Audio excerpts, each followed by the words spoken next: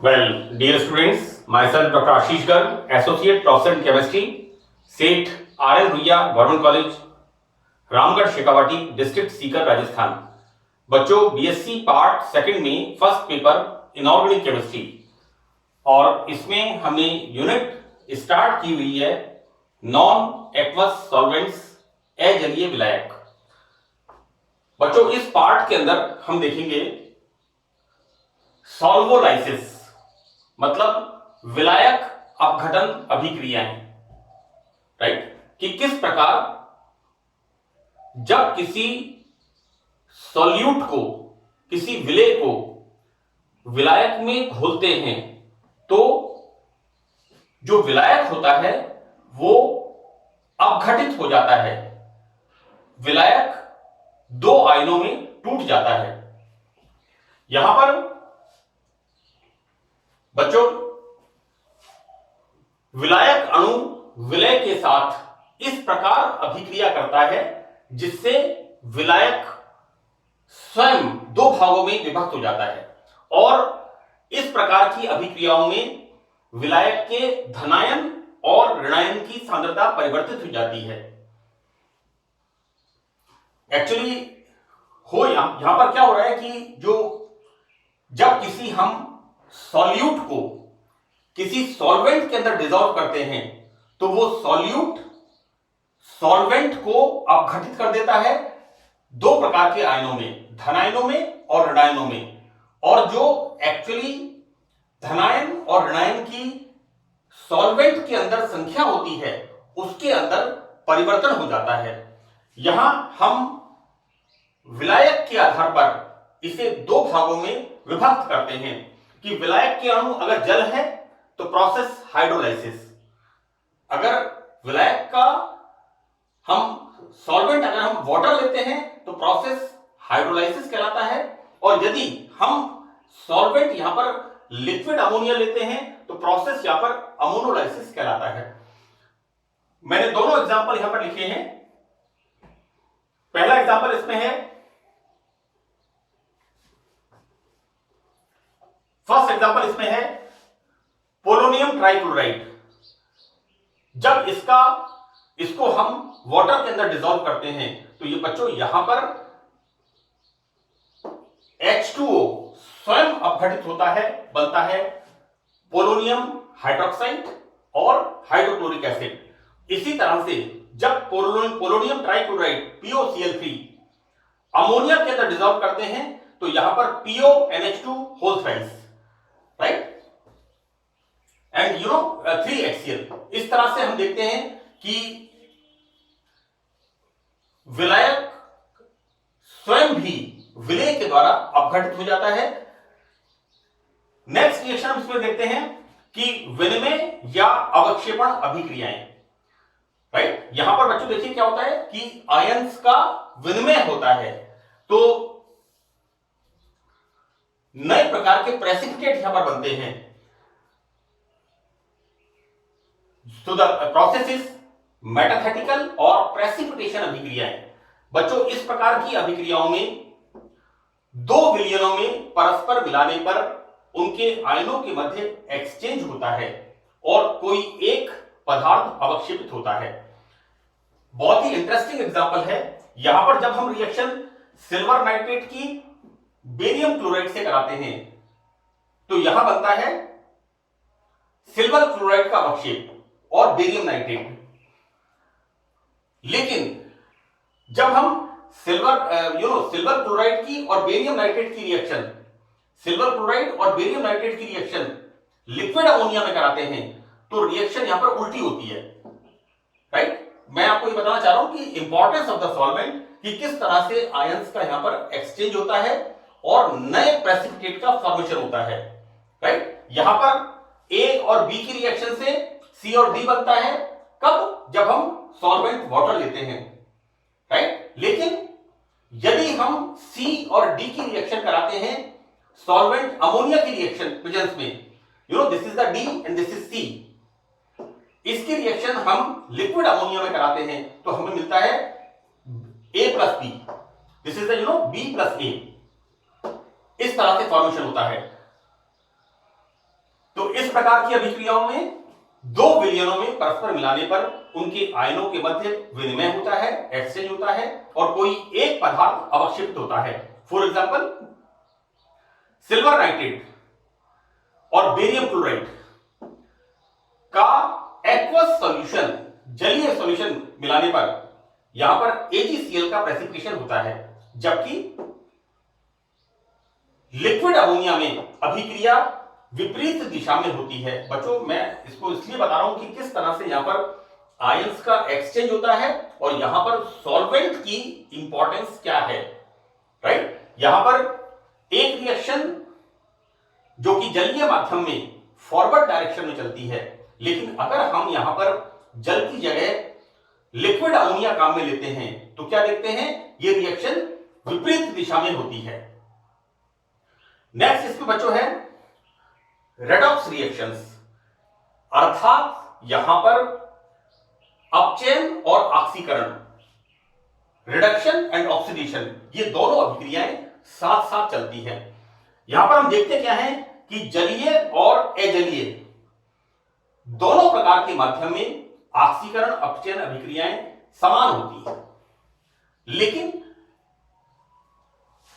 कई बार कुछ विशेष परिस्थितियों में जो विलायक होता है स्वयं ऑक्सीकृत हो जाता है।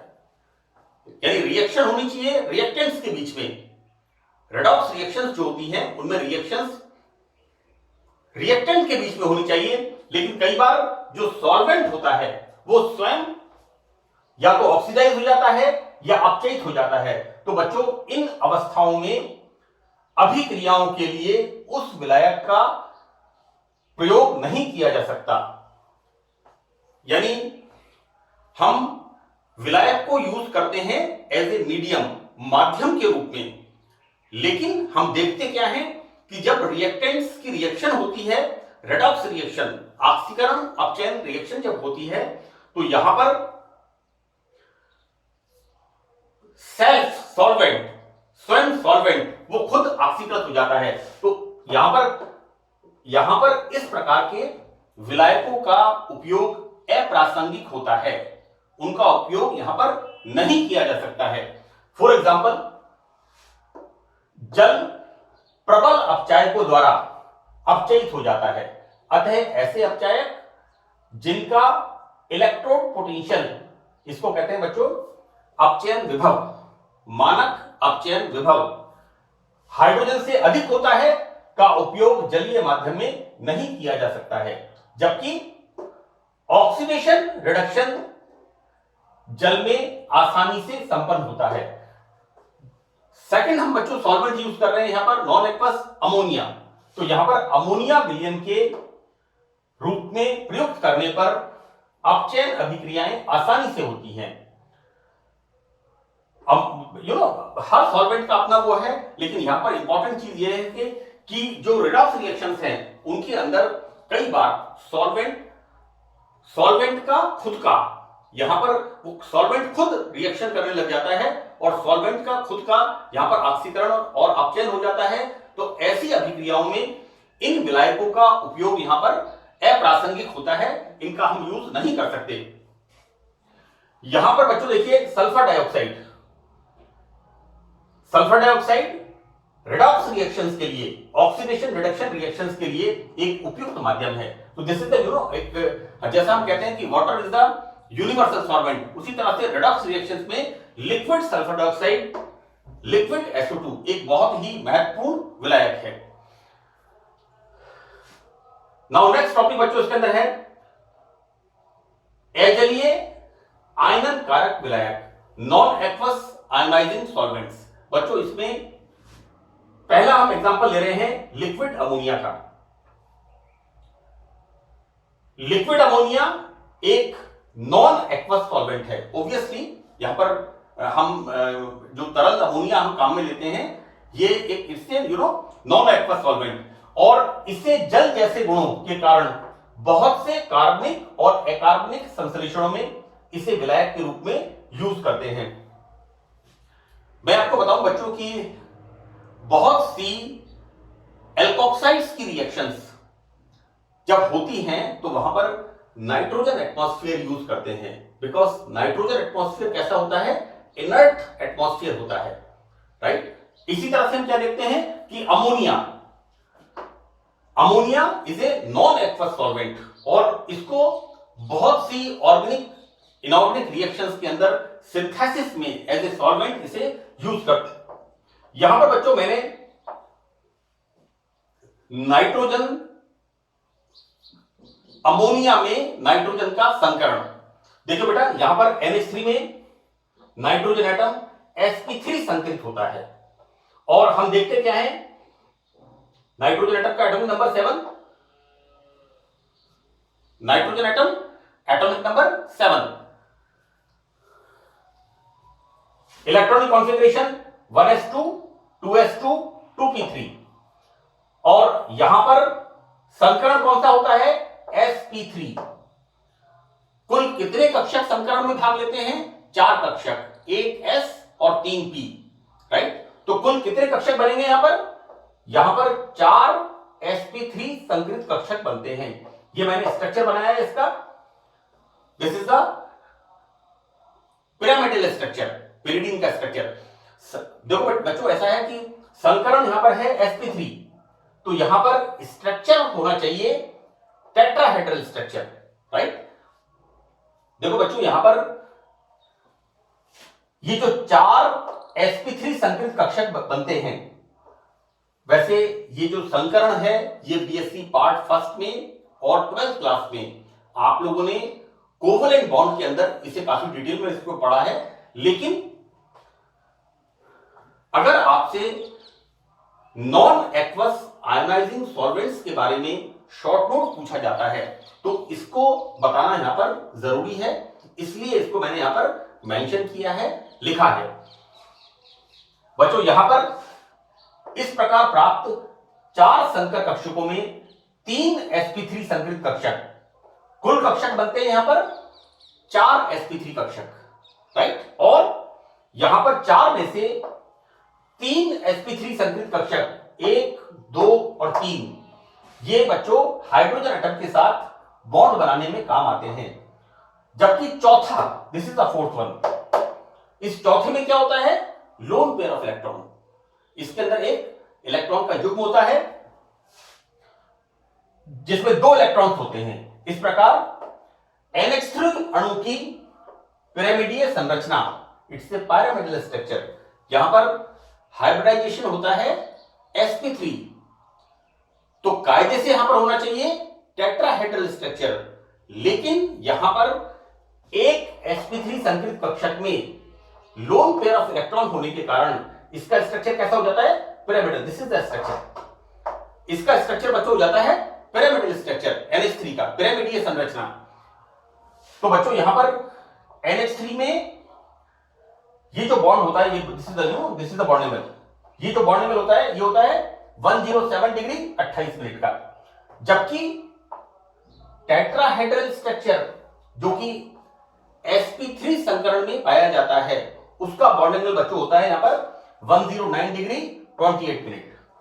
एक्चुअली sp3 संकरण में बॉन्ड एंगल होना चाहिए 109 डिग्री 28 मिनट का, लेकिन अमोनिया के अंदर इस लोन पेयर ऑफ इलेक्ट्रॉन्स की प्रेजेंस की वजह से ये बॉन्ड एंगल नीचे की तरफ कुछ कम हो जाता है 107 डिग्री 28 मिनट का।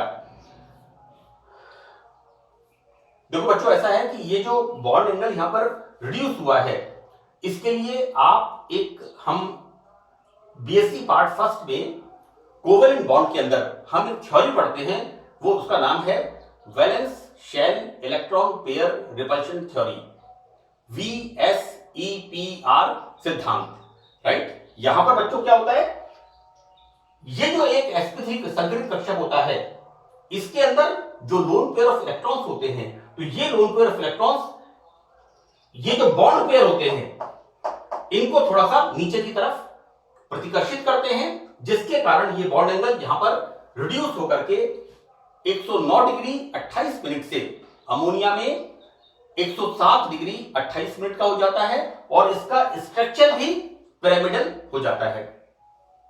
बच्चों इसके आगे थोड़ा डिस्क्रिप्शन का और है जो मैं पार्ट 6 में डिस्कस करूंगा। बाकी ये जो मैं आपको बता रहा हूं नॉन एक्वस आयोनाइजिंग सॉल्वेंट्स, इनके बारे में परीक्षा में अक्सर शॉर्ट नोट्स वगैरह के बारे में पूछा जाता है। तो बच्चों यहां पर देखिए, हम जब बात करते हैं नॉन एक्वस सॉल्वेंट्स की, तो यहां पर हम देखते क्या है कि किस प्रकार विलायक जो रिएक्टेंट्स होता है उसके अंदर जो उत्पाद बनते हैं उनको प्रभावित करते हैं। हम बच्चों देखो यहां मोटा मोटा एग्जांपल है, हम यहां रिएक्शन करा रहे हैं सिल्वर नाइट्रेट और बेरियम क्लोराइड की, और यहां पर हम सॉल्वेंट लेते हैं वाटर, और यहां फॉर्मेशन क्या होता है सिल्वर क्लोराइड का अवक्षेप और बेरियम नाइट्रेट।